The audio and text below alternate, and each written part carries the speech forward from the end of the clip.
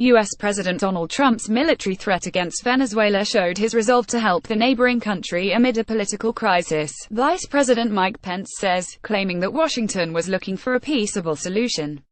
"We have many options for Venezuela, but the president also remains confident that working with all of our allies across Latin America we can achieve a peaceable solution," Pence said during a joint press conference with Colombian President Juan Manuel Santos in Cartagena on Monday.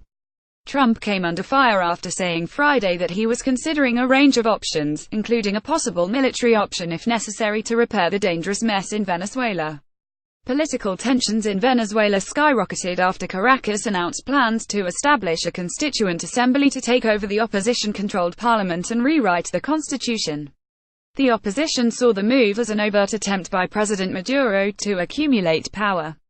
The government in Caracas has called the U.S. president's threat reckless and craziness. The opposition has also rejected any manner of foreign military intervention. Trump's threat has likewise prompted condemnations from all Latin American countries, including the ones that opposed Venezuelan President Nicolas Maduro. Argentina, Brazil, Paraguay, Uruguay, Mexico, Peru and Chile all rejected Trump's threat to use force against Venezuela. Military action unacceptable. Santos took a strong line against the military threat, telling Pence that such a possibility should not even be considered and would be unacceptable.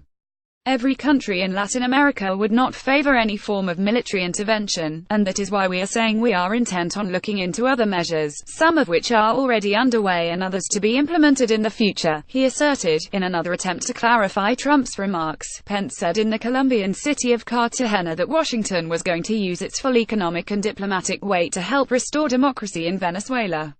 He did not rule out further sanctions down the road, saying the U.S. was looking at a full range of economic sanctions including bans that targeted Venezuela's oil industry. Last week, the U.S. Department of the Treasury announced new sanctions against several members of the Constituent Assembly who are linked to Maduro. The department had already slapped sanctions on the Venezuelan leader by freezing his assets in the United States, banning traveling to the country, and prohibiting Americans from doing business with him. Venezuelan Foreign Minister Jorge Arraza said in reaction to the latest sanctions that the Trump White House was making a fool of itself in front of the world. Pence's trip to Colombia marked the beginning of a regional tour that experts believed would be centered on Venezuela.